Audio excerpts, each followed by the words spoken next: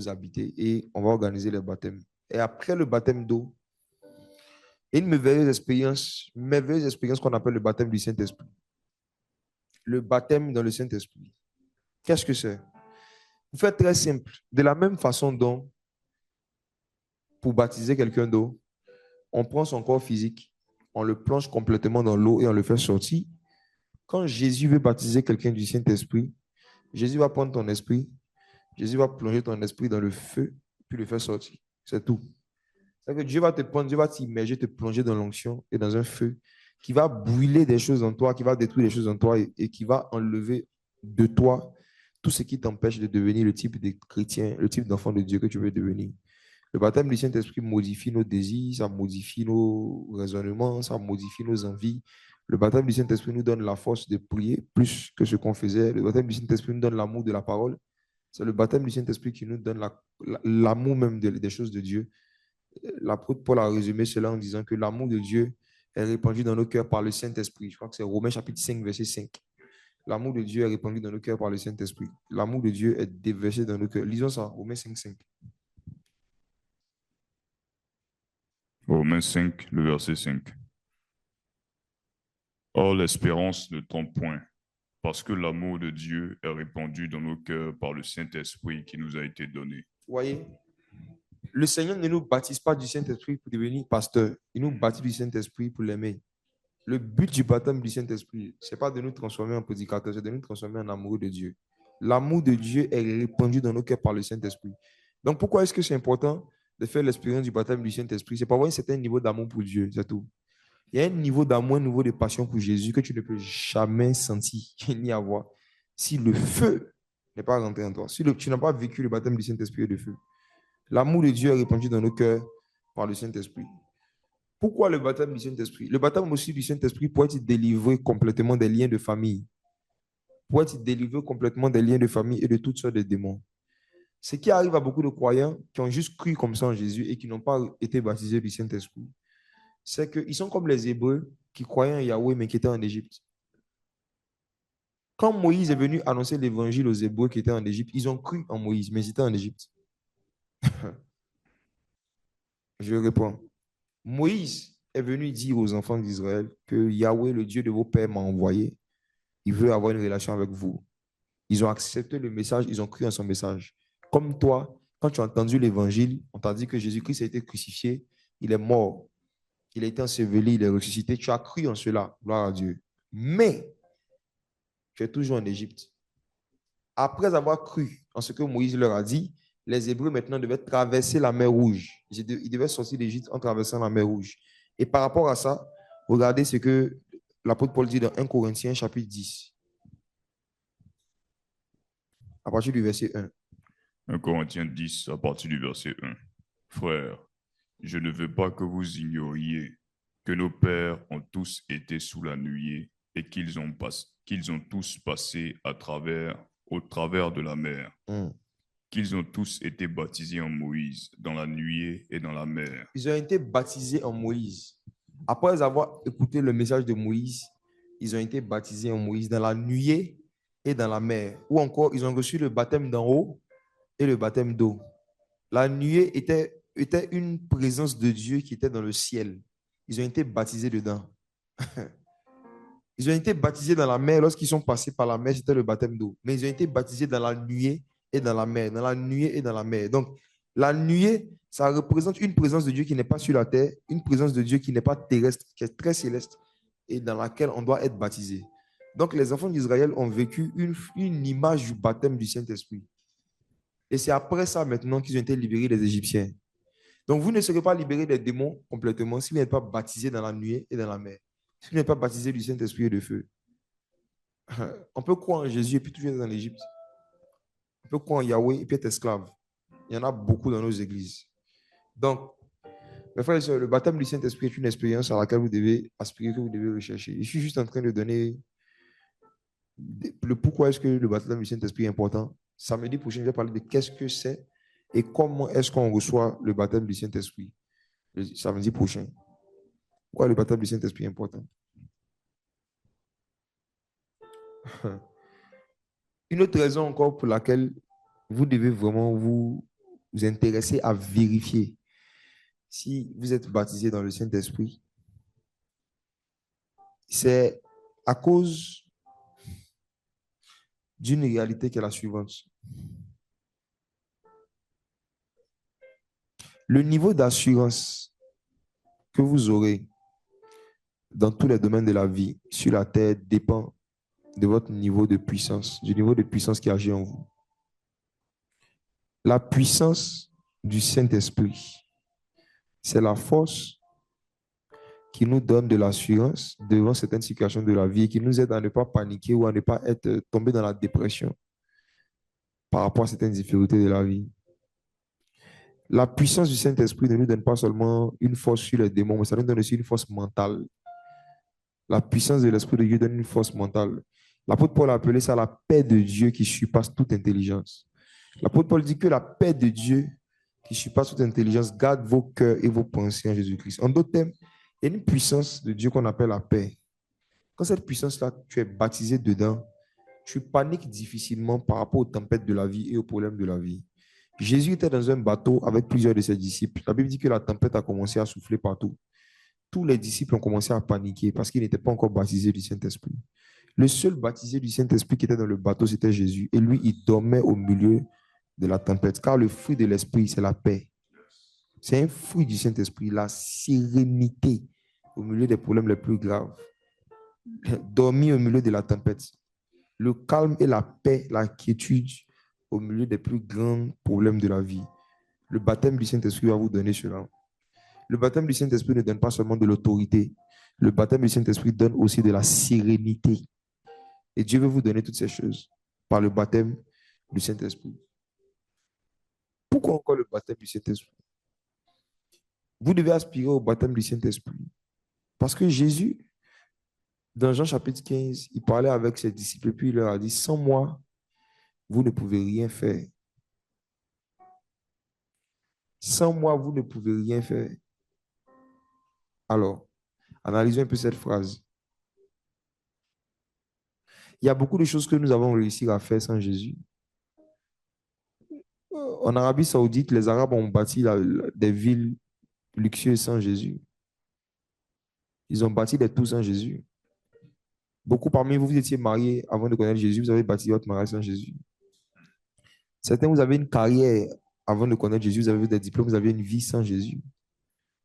Donc, quand Jésus dit sans moi, vous ne pouvez rien faire, il y a de la profondeur dans cette phrase. La première chose, c'est que cette phrase ne concerne pas tous les êtres humains.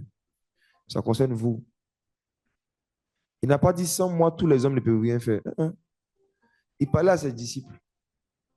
Et il dit à ses disciples, sans moi, vous, vous ne pouvez rien faire. Il y a d'autres personnes qui peuvent faire certaines choses sans moi, mais vous, vous ne pouvez rien faire. Première chose. Deuxièmement, quand Jésus dit vous ne pouvez rien faire, il n'est pas en train de dire que vous ne pouvez pas faire quelque chose. Parce qu'on peut faire beaucoup de choses sans Jésus. Mais tout ce que nous faisons sans Jésus n'est rien. On peut faire des choses sans Jésus, mais pour Dieu, ça n'aura pas de valeur. Pour Dieu, ça ne sert à rien. Tout ce que nous, les disciples, faisons sans Jésus, là, ce n'est rien. Exemple, prier. Tu peux prier sans l'onction. Tu peux prier sans Jésus. Ta prière ne sert à rien. Tu peux lire la Bible sans le Saint-Esprit. Ta lecture ne sert à rien. Sans moi, vous ne pouvez rien faire. Dans le domaine de la prière, sans le Saint-Esprit, vous pouvez parler. Mais ce que vous allez dire ne sert à rien. Sans Jésus et son onction, tout ce que vous faites n'est rien. Donc, ce qui donne de la valeur à ce que nous faisons pour Dieu, c'est l'onction. C'est l'onction. L'onction est le logo qui certifie que Dieu est le propriétaire d'un produit. Tout ce que tu fais sur lequel il n'y a pas ce logo, ce n'est rien. Donc, le baptême du Saint-Esprit, c'est la signature, c'est le logo que Dieu nous donne pour que ce que nous faisons ne soit pas rien. Autre chose encore.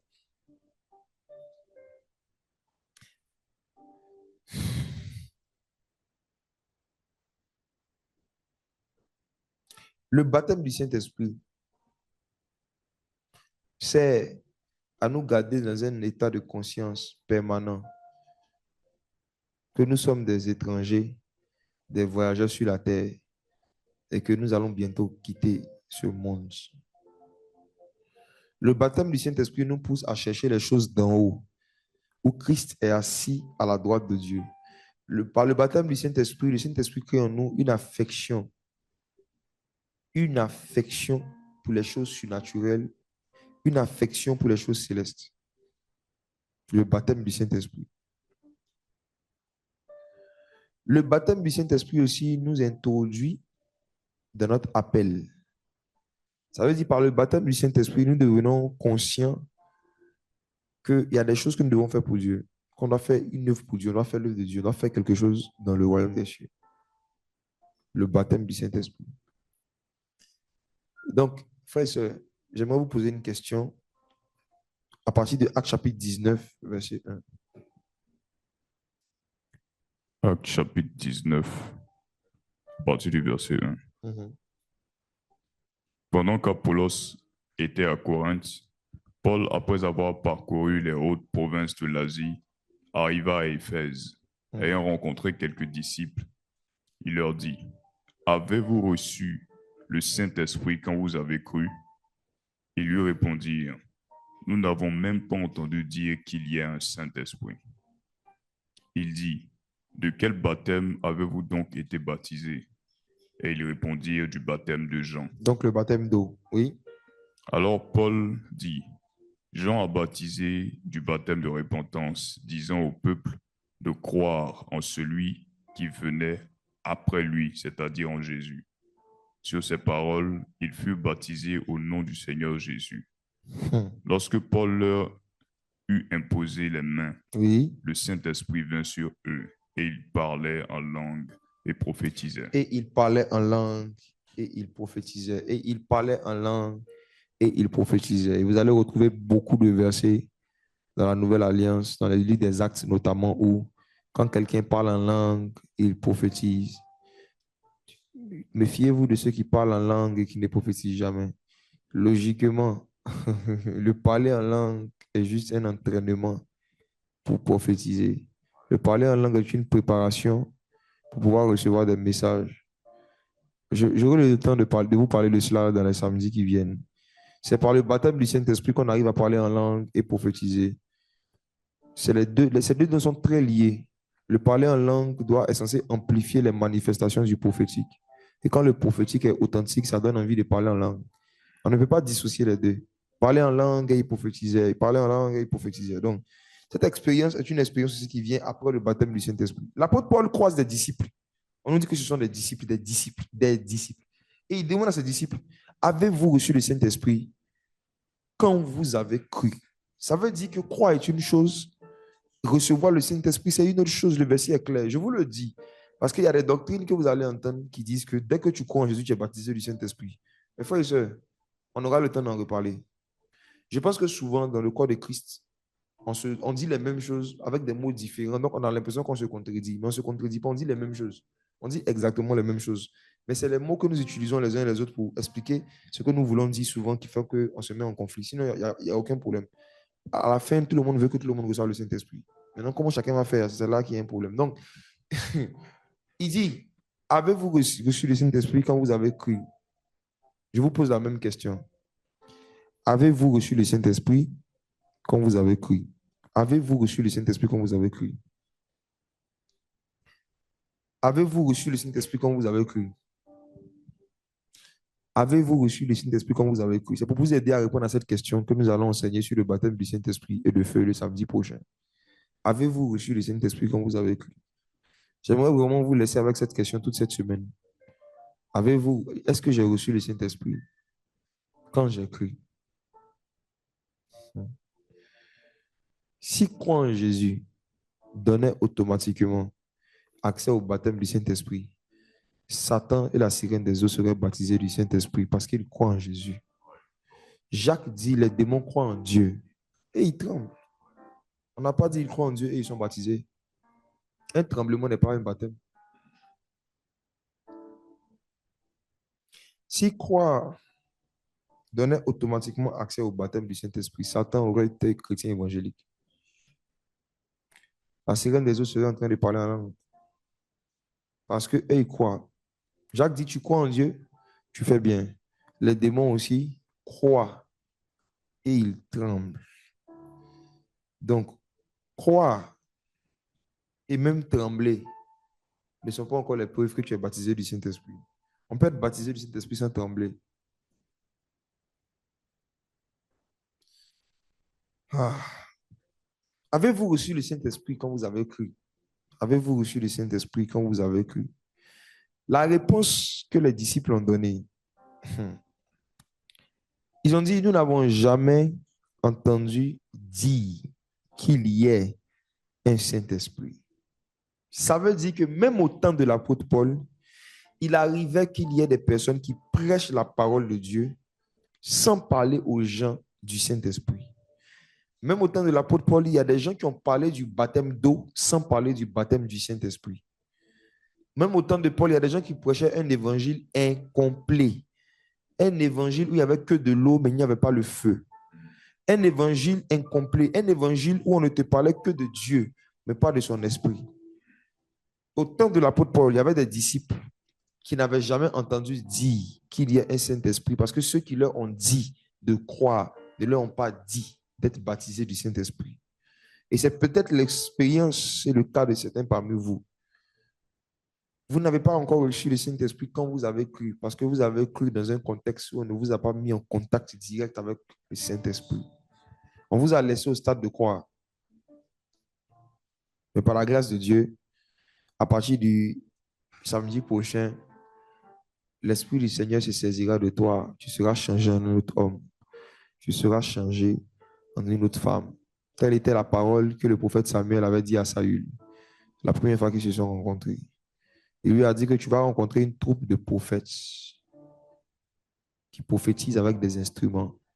Et lorsque tu vas rentrer en contact avec eux, l'Esprit du Seigneur te saisira. Tu seras changé en un autre homme.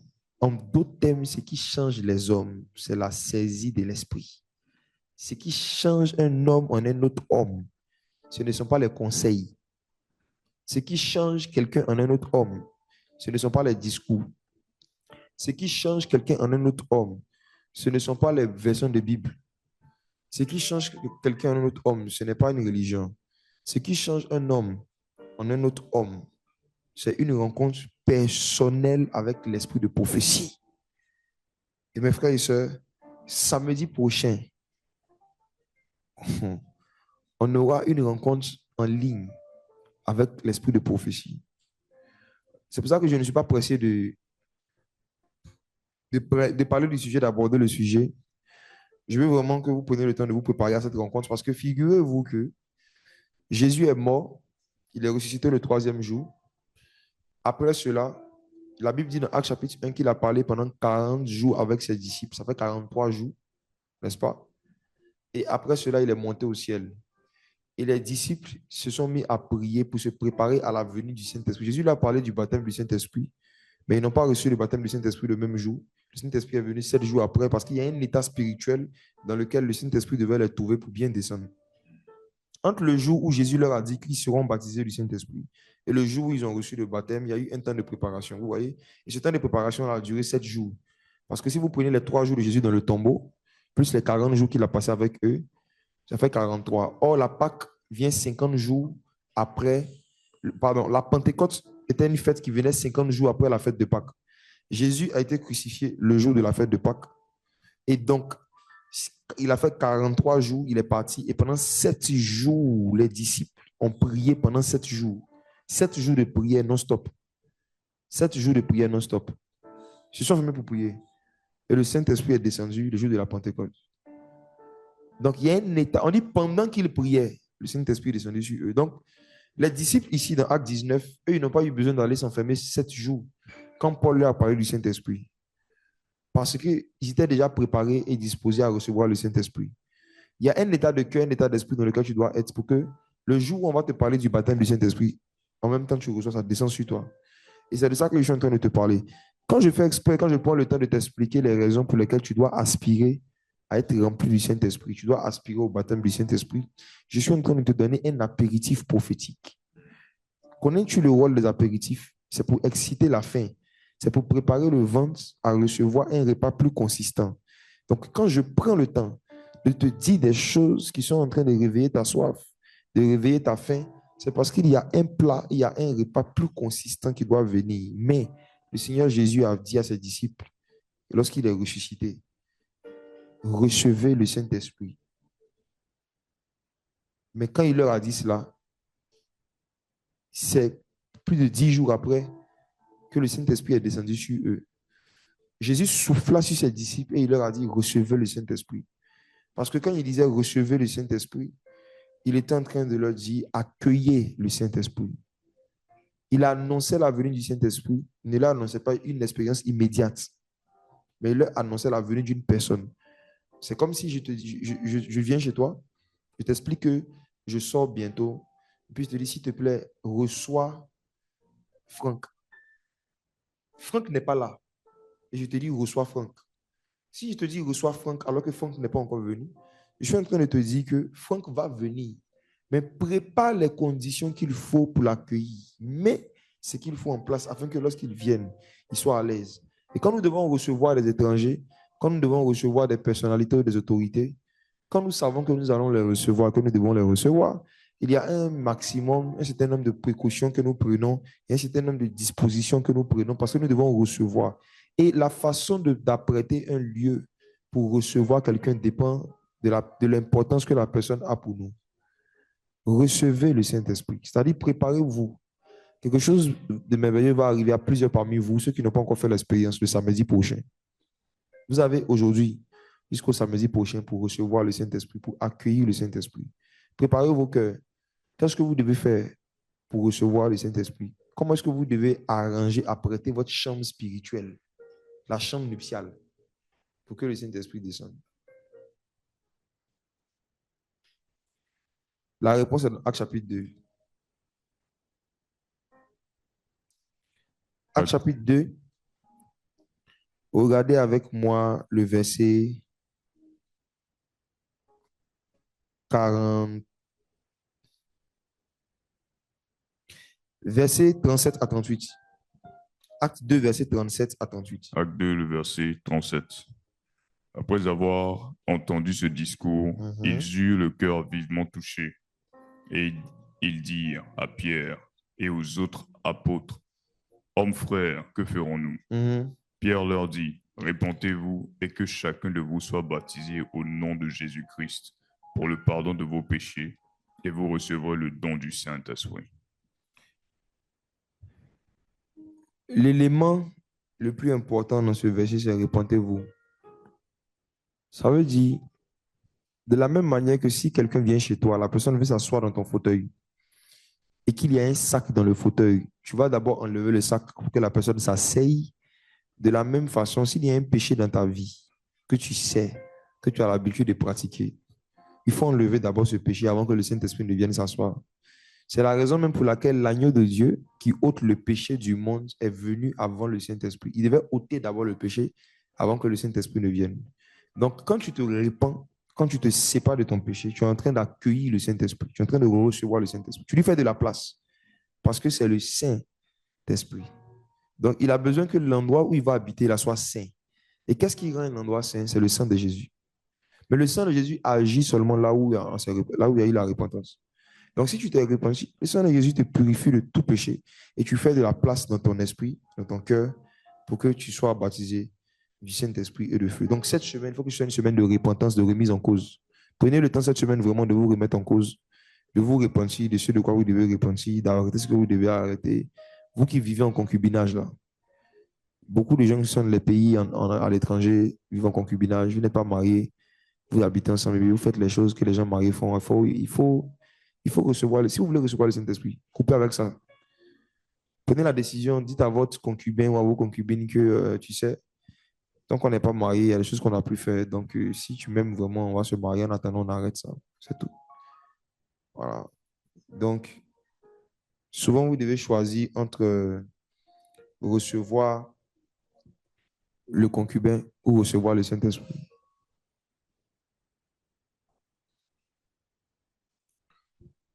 Alors, je vais pas, si je continue à parler, je risque de prêcher le message avant le temps.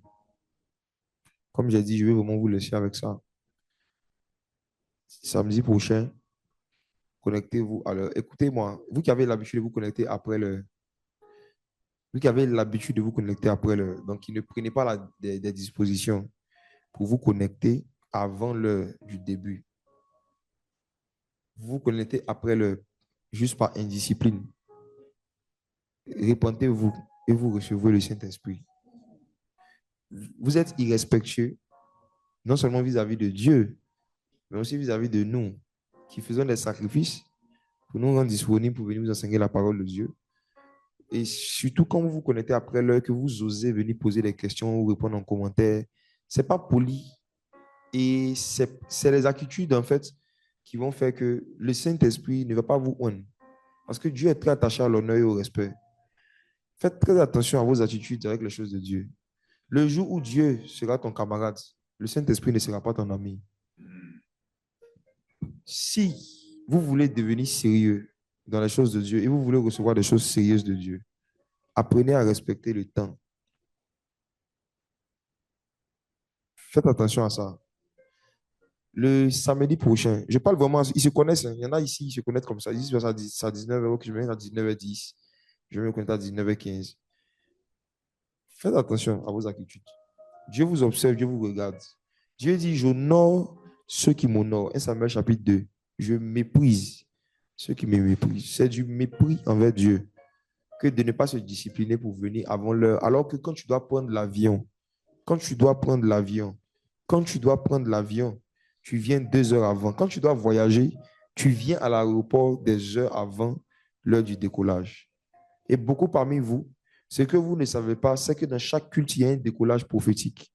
Et quand vous vous connectez après l'heure du décollage spirituel, vous pouvez être là, mais vous n'êtes pas embarqué dans l'onction que Dieu a envoyée pendant le culte. Si l'embarquement a déjà été fait, vous pouvez être là, hein, vous allez écouter des choses. Mais spirituellement parlant, vous n'avez rien à recevoir parce que vous avez méprisé Dieu. Faites très attention, disciplinez-vous. Quand vous savez qu'on vous donne des rendez-vous, on vous donne des heures pour venir dans les choses de Dieu, disciplinez-vous. J'avance. Je vais donner quelques informations sur des programmes à venir dans certains de vos pays, certaines de vos zones, comme je le disais au début. Par la grâce de Dieu, bon, je vais commencer déjà par le plus proche en termes de dates. Nous organisons une veillée de réveil au Maroc, à Casablanca. Donc, c'est vendredi 12 décembre. Vendredi 12 décembre, nous organisons une veillée de réveil à Casablanca, au Maroc. Alors, à Casablanca, au Maroc, vous tous qui habitez en France et dans les pays de la zone UE, vous pouvez venir. Les billets d'avion entre la France et le Maroc et les autres pays de la zone UE ne coûtent vraiment rien. Moi, je me rappelle ma première expérience il y a 2 ans environ. Euh, je, je partais en Suisse pour aller représenter l'UNESCO dans une conférence, dans une réunion. Une conférence de l'UNESCO pour représenter le bureau de la Côte d'Ivoire. Et il se trouve que malheureusement, il y a une famille là, des Arabes là, qui ont pris mes valises. Voilà, ils avaient pris mes valises. J'étais dans le hall de l'aéroport, j'avais mes valises. Je ne sais pas, je m'étais éloigné, fait quoi là, je reviens, mes valises ont disparu. J'ai cherché les valises, je ne l'ai pas trouvé. Et malheureusement, après, on m'a dit qu'ils ont retrouvé ça quelque part. Il y a une famille qui dit qu'ils se sont trompés d'après eux. Bon, bref, ils avaient mes valises. Donc, je ne pouvais pas aller directement en Suisse. Je devais passer par la France. Et j'ai découvert une compagnie qui faisait un billet d'avion à 200 euros, moins de 200 euros, hein. Moins de 200 euros. Moins de 200 euros. C'était un vol où tu n'as pas droit à des bagages. Donc, ensuite, tu viens, tu montes dans le vol. C'est comme un taxi, quoi. C'est-à-dire, tu viens, tu montes comme ça, tel que tu es, tu te pointes tel que tu es, et puis tu vas en France. Donc, c'était vraiment moins de 200 euros. Et j'ai découvert qu'il y a beaucoup de compagnies comme ça qui font des vols rapides, en fait, comme ça, entre la France et puis le Maroc. On appelle ça EasyJet. Voilà, merci mon frère, c'est ça. C'était ça, EasyJet, ainsi comme ça. C'était vraiment. J'ai trouvé ça vraiment cadeau. Donc, c'est depuis là que j'ai compris que ceux qui sont en France peuvent facilement venir au Maroc. Ceux qui sont au Maroc peuvent facilement aller en France. Il faut que tu aies le visa. Donc, je vous encourage, ceux qui peuvent parmi vous, ceux qui habitent au niveau de la France, là, si vous voulez venir, Si vous pouvez juste payer, si vous n'avez pas de grands moyens et que vous voulez juste au moins payer votre billet d'avion, payez juste le billet d'avion et puis écrivez dans vos familles, à vos chefs de famille, dites que vous voulez venir. On peut gérer votre hébergement et le reste. Comme c'est juste pour un jour, hein, on peut gérer votre hébergement. Si vous êtes au niveau de la France ou bien dans un pays quelconque de la zone UE, que vous voulez venir à cette veillée, le vendredi 12 décembre, vous pouvez venir. Comme ça, on fait les baptêmes aussi. En même temps, on va faire les baptêmes le 13 décembre. Parce que vous voyez, le samedi 13 décembre, on va organiser des baptêmes. Donc, je lance une invitation, un appel à tous ceux qui habitent au Maroc, en France, en Belgique et dans tous les pays de la zone UE. On se retrouve le vendredi 12 décembre à Casablanca. Si, j'insiste, vous ne pouvez pas. Si c'est un problème d'argent à votre niveau, vous êtes disponible, vous voulez venir, mais c'est un problème d'argent, payez juste votre billet et tout le reste vous sera donné par-dessus. Cherchez premièrement le billet. Cherchez premièrement le billet. Tout le reste vous sera donné par-dessus. Voilà. Vous allez écrire dans vos groupes WhatsApp à vos chefs de famille pour vous signaler. Voilà, dans les groupes WhatsApp pour dire que vous voulez venir. On va se voir. Ça, c'est pour la zone UE. Alors, pour ceux qui sont de la zone Afrique de l'Ouest, ceux qui sont dans la zone Afrique de l'Ouest, il y a, depuis un moment, chaque mois, nous organisons des rencontres au niveau du Togo, une fois par mois. On a une cellule au niveau du Togo. Et la cellule du Togo, même, on a la recherche c'est d'une villa, hein, d'une maison à louer, une villa au niveau du Togo, qui sera vraiment notre base. Parce que, par la grâce de Dieu, dans quelques mois, de cellule en cellule, je vais venir aussi pour une veillée de réveil, pour des programmes. Et après, ça va ouvrir même une église à Lomé. Mais avant cela, on est vraiment dans la phase de la cellule. On prend vraiment notre temps. Donc, on est en train de chercher une villa qu'on va prendre, qui sera vraiment notre base. Mais malgré même qu'on n'a pas encore la villa, une fois par mois, chaque mois, nous venons au Togo. Donc, ceux qui habitent dans les pays de l'Afrique de l'Ouest aussi, mettez dans votre programme que chaque mois, il y a une rencontre de MSAPLN au Togo. Donc, vous qui habitez dans les pays d'à côté, vous pouvez vous déplacer. Je crois que le Bénin, quels sont les pays qui sont à côté là? Je crois qu'il y a le Bénin, le Mali, Burkina. Vous pouvez vous déplacer en fait. Voilà, vous pouvez venir, mettre ça dans votre programme. Et puis, au moins, une fois en passant, vous pouvez venir quand les informations passent, chaque mois. Alors, j'avance un peu encore. Ceux qui sont au niveau du Burkina, par la grâce de Dieu aussi, nous sommes en train de préparer notre implantation au Burkina, à Ouagadougou, mais qui va commencer d'abord par une rencontre de réveil, un programme de délivrance, de prière pour les malades. Et nous sommes en train de mettre la main, on veut mettre la main sur une maison. Par exemple, on a trouvé une maison hier, une villa, qui sera vraiment notre base et qui sera vraiment aussi le lieu de la cellule. Donc, je vais bientôt même lancer un appel bien clair par rapport à ça pour qu'on puisse se cotiser pour cette mission-là. Et nous allons partir au niveau du Burkina pour aller évangéliser. C'est un pays où il y a beaucoup de musulmans. Il y a beaucoup de... En tout cas, c'est le Saint-Esprit qui choisit où il nous envoie, hein. On ne va pas où on veut. Dieu me parle du Burkina depuis le début, fin 2024, début 2025. Depuis 2025, j'ai reçu beaucoup de prophéties et de messages par rapport au Burkina. Et j'ai eu des confirmations suite à des choses qui se sont passées. Donc, avec quelqu'un qui est là-bas, nous sommes en train de nous organiser pour venir. Donc, vous qui habitez dans les pays alentours, voilà, essayez de commencer à mettre ces choses-là dans vos agendas. Afrique de l'Ouest, donc vous aurez Togo, Burkina, vous aurez les deux pays où lorsque nous aurons des rencontres, vous pouvez vous déplacer. On ne peut pas être partout, on ne peut pas aller partout. Donc, soyez matures et puis ayez... Le Seigneur dit quand un homme se réjouit, tous les membres se réjouissent avec lui. Ne soyez pas jaloux de vos autres frères et sœurs en Christ. Si tu apprends que Dieu a fait la grâce à des frères de recevoir une visite physique d'une mission, tu dois être content. Tu dois pas dire, et nous, comme les enfants de 2 ans. Eh, venez chez nous et nous aussi, s'il vous plaît. Grandissez, grandissez, grandissez. On ne peut pas être partout à la fois. Quand un membre se réjouit, les autres membres doivent se réjouir avec lui. Les autres membres ne doivent pas se plaindre. Voilà. Quand un membre est en train de se réjouir, donc on dit, on va ouvrir une église au Burkina, tu dois juste te réjouir pour les gens du Burkina, tu t'arrêtes là. Pas dire non, et nous, et nous, et nous. Pardon. Hein? Pardon. Donc, j'avance un peu. Pour ceux qui habitent en Europe encore, comme j'ai dit, vous avez déjà l'option du Maroc. Vous pouvez venir, on a un programme en présentiel le 12 décembre, notez dans vos agendas. Et puis, essayez de voir le prix des EasyJet, là, les Yango volants, pour venir rapidement. Maintenant, en début d'année prochaine, le premier trimestre de l'année, par la grâce de Dieu, s'il n'y a pas eu encore un problème de dernière minute, normalement, je dois organiser 2 programmes. Un programme en Belgique, un autre en France. Un programme en Belgique Un programme en France. Donc, ceux et celles qui sont dans la zone de la France et la zone Europe même et tout, notez aussi en début d'année, fort probablement en janvier, c'est ce qui est prévu. C'est prévu que dans le mois de janvier, il fasse un tour en Belgique et en France s'il n'y a pas de problème de visa et d'autres papiers similaires. Donc, quand ça sera confirmé, je vais vous donner la confirmation, mais c'est possible qu'on se voit dans le mois de janvier. Donc, ceux qui ne pourront pas prendre le Yango volant, le taxi volant pour venir à Casablanca parmi vous, on se déplacera, on se verra par la grâce de Dieu en début d'année, en début janvier, si Dieu permet. Mais je n'ai pas encore de confirmation sur les dates précises parce que je suis en train de gérer les histoires de visa avec l'ambassade ce mois de décembre. J'aurai une réponse dans le mois de décembre. Voilà, donc dans le mois de décembre, si c'est bon, c'est concluant, on se verra par la grâce de Dieu.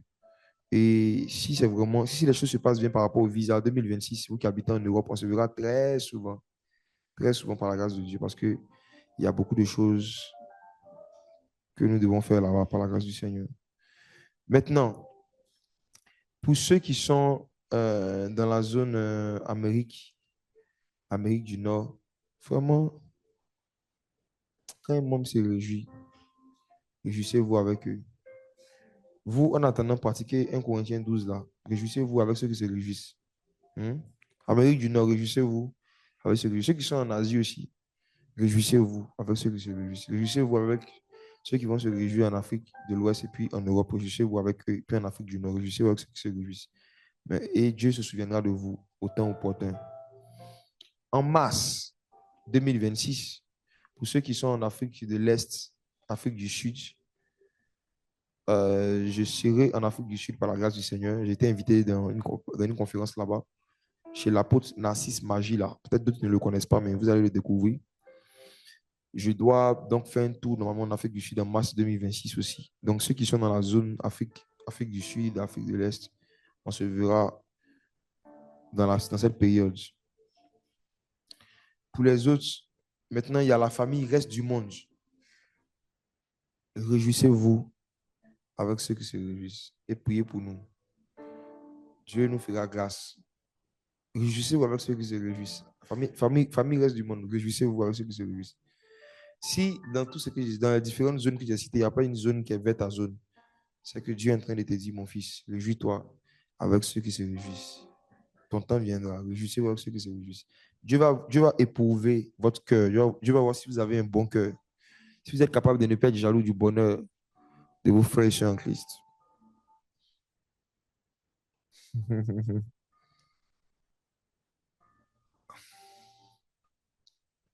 Hmm. J'espère que vous avez bien pris note. Comme j'ai dit, quand on aura des dates précises pour les différents pays, je vais vous, je vais vous les communiquer par la grâce de Dieu. Et je vous annonce aussi que le samedi, quand je vais parler du baptême du Saint-Esprit, on aura aussi une session de prière pour les malades. Je sens dans mon esprit qu'il y a plusieurs parmi vous qui avaient des maladies qui, si elles sont traitées seulement médicalement, risquent de vous emmener à la mort ou risquent de créer d'autres problèmes. Je crois que le Seigneur Jésus-Christ veut guérir physiquement beaucoup d'entre vous. Beaucoup, beaucoup, beaucoup d'entre vous. Et je vais vraiment prendre le temps de prier pour ceux qui sont malades parmi vous. Ou qui ont... Donc, samedi prochain, je vous donne une instruction de la part du Seigneur. Si vous avez fait des examens médicaux qui ont révélé, qui ont détecté la présence de certaines maladies, même des maladies qui nécessitent des opérations et tout ça, prenez les examens médicaux en question pour vous connecter. Venez avec ça le samedi, pendant le samedi prochain. Il faut que vous ayez sous les yeux, vous ayez sous la main les papiers médicaux qui ont détecté ou qui ont affirmé que vous avez telle ou telle maladie. Jésus fait des miracles et il en fera encore par sa grâce. On va organiser une veillée pour parler des miracles que Jésus veut faire le vendredi prochain ici à Abidjan, à Port-Boué. J'ai passé l'annonce tout à l'heure sur les réseaux. Et ça sera en direct cette fois-ci, ne vous inquiétez pas. La veille n'était pas en direct. Vendredi prochain, ça sera en direct. Ce n'est pas un camp, donc ce n'est pas fermé. Voilà, le vendredi prochain, on aura une veillée, ça sera en direct à Port-Boué. Et je crois même déjà fortement que pendant cette veillée, le Seigneur va guérir plusieurs personnes. Mais en plus de ça encore, en plus de la veillée, C'est-à-dire, on va descendre encore samedi soir par la grâce de Dieu. On va, spécialement pour vous, sur le baptême du Saint-Esprit, je vais encore prier pour les malades par la grâce du Seigneur. Sur ce, j'aimerais maintenant que nous puissions prier pour demander au Seigneur de préparer nos cœurs. Tu vas prier pour demander à Dieu de préparer ton cœur à l'effusion de son esprit, à la plénitude de son esprit qu'il veut te donner lors du prochain culte. On va prier pour le prochain culte. Tu vas prier pour demander au Seigneur vraiment de disposer ton cœur, de préparer ton cœur à recevoir en fait ce qu'il compte te communiquer, ce qu'il veut te donner au prochain culte. Prions. Père éternel, je te dis merci pour ta grâce. Merci pour ta fidélité. Je te dis merci pour ces instants. Seigneur Jésus, je disais à tes disciples, recevez le Saint-Esprit, accueillez le Saint-Esprit. Je disais à tes disciples qu'il est avantageux pour vous que je m'en aille. Si je ne vais pas, le consolateur ne viendra pas, l'Esprit de vérité. Seigneur Jésus, je prie maintenant pour tous mes frères et sœurs qui sont connectés, qui ne connaissent pas encore cette communion avec le Saint-Esprit, ce baptême du Saint-Esprit, cette rencontre avec le Saint-Esprit. Je prie, Père éternel Dieu, que tu prépares leur cœur toute cette semaine à pouvoir faire l'expérience ce samedi prochain. Je prie, Père éternel Dieu, que s'il y avait des choses dans leur cœur, dans leur vie, qui auraient pu t'empêcher de les baptiser du Saint-Esprit et de feu, que tu puisses ôter ces choses au nom de Jésus, que tu ôtes ces choses au nom de Jésus, que tu ôtes ces choses au nom de Jésus. Fais-leur grâce, qu'ils soient des vases disposés et disponibles à pouvoir recevoir la mesure de puissance que tu veux déposer en eux, que Christ soit formé en eux par le baptême du Saint-Esprit, qu'ils soient saisis et qu'ils soient changés en d'autres hommes. Au nom de Jésus. Amen, amen, amen. Mes frères et sœurs, comme vous le savez, les différentes missions que nous organisons pour venir vers vous, ou pour organiser pour ouvrir des églises, pour amener l'évangile là où l'évangile n'est pas encore allé, ça coûte quelque chose financièrement. Et c'est à travers les offrandes que nous faisons ensemble que nous arrivons à faire ces différentes œuvres.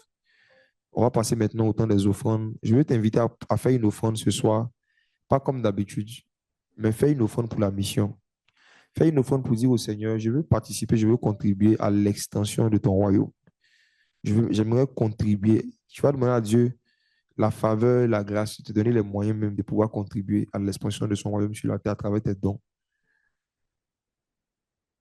Tu vas faire une offrande et tu vas prier avec ton offrande pour dire au Seigneur qu'à travers ce don que je vais faire ce soir, à travers l'offrande que je vais envoyer, que des âmes soient sauvées, que les disciples soient affermis, que des églises s'ouvrent, que le réveil éclate, que le nom de Jésus parte là où il n'était pas allé. Il y a des moyens pour faire les offrandes qui s'affichent maintenant. Regardez sur vos écrans. Et il y a aussi un commentaire. Vous pouvez regarder aussi en commentaire. Il y a différents moyens. Si tu prends ton téléphone, il y a les différents moyens qui sont en fonction de ton pays. Fais une offrande. Ceux qui veulent envoyer de l'argent par Western Union, MoneyGram, ce genre de moyens, ça s'affiche en commentaire. Vous pouvez faire une capture écran, voilà, de l'image qui est là, il peut le faire plus tard. Ceux qui veulent envoyer par PayPal, il y a le lien PayPal qui s'affiche. Ceux qui veulent envoyer par Wave, les applications SendWave, TapTapSend, Orange Money et tout le reste, faites-le. Ces offrandes-là vont servir à pouvoir organiser les différentes missions, organiser cela gratuitement, organiser les séances de baptême et toutes ces choses que nous sommes en train de faire.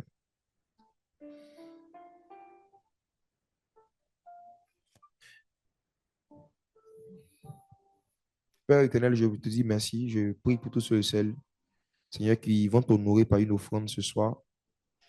Je prie, Père éternel Dieu, toi tu as dit dans ta parole, j'honore ceux qui m'honorent. Je prie que tu leur donnes les grâces, les faveurs et les bénédictions rattachées à cet acte d'honneur qu'ils posent envers toi. Merci pour tout, Père éternel. C'est au nom de Jésus que j'ai prié. Amen. Alors, je vais laisser la parole à certains de nos frères pour quelques annonces.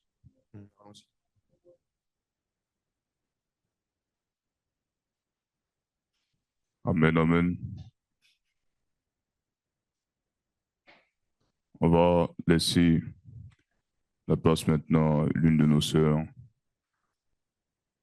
pour poursuivre avec les annonces. Bonsoir, chers frères et sœurs. J'espère que vous allez bien. Alors, je suis la sœur Béatrice et je suis chargée de vous donner les annonces de cette semaine. Nous débutons cette semaine avec les matinales du mardi au vendredi de 4h45 à 6h sur la chaîne YouTube Les Matinales de la MSA. Le jeudi, nous serons du côté de Angers, 7e tranche à la salle Oxane pour notre soirée de vérité profonde à partir de 18h30 qui sera rediffusée sur les chaînes, sur les pages, Facebook et YouTube de la MSA. Le samedi 29, le département IADA se retrouve sur Zoom avec les mariés pour une rencontre autour du thème Les saisons du mariage de 10h à 11h. L'Académie de l'amour profond convie également les fiancés et les cheminants à un temps d'enseignement de 15h à 16h30 sur Zoom sur le thème Fuyez l'impudicité. Nous nous retrouverons également le samedi à partir de 19h pour notre culte habituel sur Zoom. Préparons-nous pour notre rencontre spéciale avec le Saint-Esprit. Le dimanche 30, nous aurons nos 2 cultes qui seront diffusés sur la page Facebook et YouTube de la MSA. Le premier culte est de 8h à 10h et le deuxième culte est de 10h30 à 12h30. C'était les annonces de cette semaine. Merci et excellente soirée à vous.